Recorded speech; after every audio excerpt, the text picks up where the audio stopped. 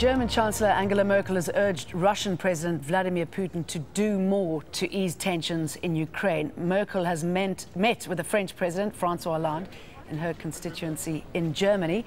Both leaders said Sunday's planned referendum in Ukraine's eastern region is illegal and will carry no weight. We consider the referendum scheduled for Sunday illegitimate and are focusing on the election on May 25th in the entire Ukraine. If that is not happening, that would lead unavoidably to a further destabilisation of the country. And then the measure adopted by the European Council comes into play. And we are ready to take further sanctions against Russia.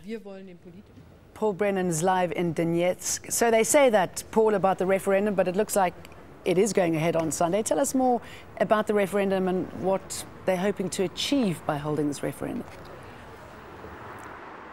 Well, the chairperson, the chairman of the election commission of the self-declared Donetsk Peoples Republic here in Donetsk gave a news conference earlier on Saturday outlining some of the practicalities for Sunday's vote. He said there'll be more than 1,500 polling stations set up. The voting booths are being prepared. They're being assembled now. The ballot boxes themselves are being distributed, and he said everything will be ready. As far as the aim of the vote, is that the ambition is as follows. A yes vote, he said, would just mean that we have a majority and the right to change things. He said it wouldn't necessarily mean that a yes vote on Sunday would automatically mean cessation to Russia or annexation, as we saw in Crimea. What he went on to say was this: if the result is positive, it will make us legal in the eyes of global society. Well, I think we can see from Angela Merkel's comments that that ambition certainly isn't going to be fulfilled.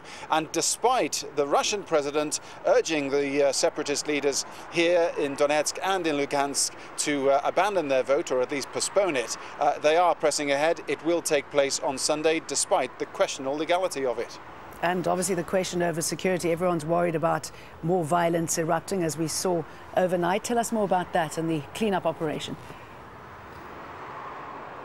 Well, on the view of the security, the chairman said the polling stations were going to be manned and staffed and guarded by volunteers. Now, the volunteers we very often see in the streets here in Lugansk are armed with pistols and rifles and wear balaclavas. It's hardly a reassuring volunteering presence, put it that way. And the situation, mood-wise, has been extremely complicated by the events in Mariupol on Friday, where the Ukrainian army went in.